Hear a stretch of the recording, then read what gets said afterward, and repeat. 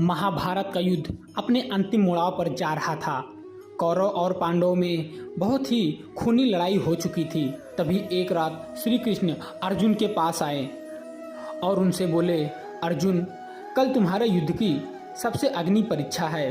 कल तुम्हारा युद्ध इस लोक में सबसे ताकतवर योद्धाओं का योद्धा अंगराज कर्ण से है। श्री कृष्ण कहते हैं, ये ऐसी प्रतियोगिता होगी जिसमें विजय को प्रशंसा और पराजय को प्रत्यक्षता, जिसमें विजयी को जीवन मिलेगा और पराजय को मृत्यु। तब अर्जुन कहते हैं, एक योद्धा के लिए पराजय ही मृत्यु होती है प्रभु। तब अर्जुन बोलते हैं, प्रभु, मैं कल कर्ण को हरा दूंगा, किसी भी कीमत पे वह इस युद्ध को मुझसे नहीं जीत पाएगा।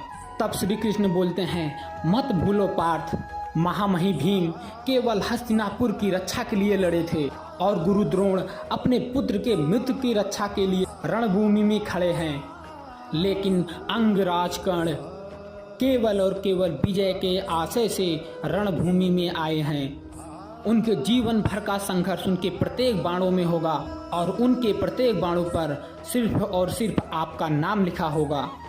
उनकी मृत्यु इतनी सरल नहीं होगी पार्थ, जितना तुम सोच रहे हो।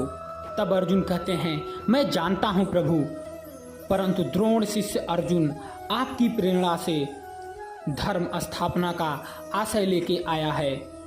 मेरा संपूर्ण शिक्षण मेरे हर बाण में होगा और यह युद्ध कर्ण और अर्जुन के बीच में नहीं, धर्म और अधर्म के बीच, संघर्ष और शिक्षण के बीच होगा।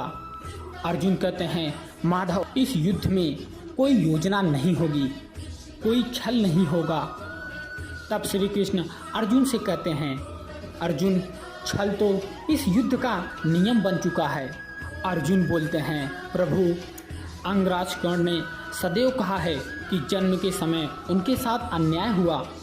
उन्होंने यह भी कहा कि उन्हें समान अवसर नहीं मिला।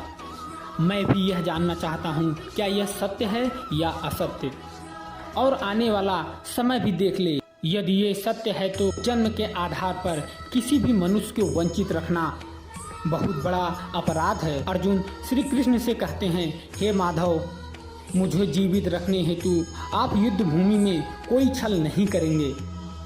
तब श्री कृष्ण कहते हैं, अर्जुन, जैसा तुम कहोगे वैसा ही होगा। तुम्हें जीवित रखने हेतु मैं कोई छल नहीं करूँगा।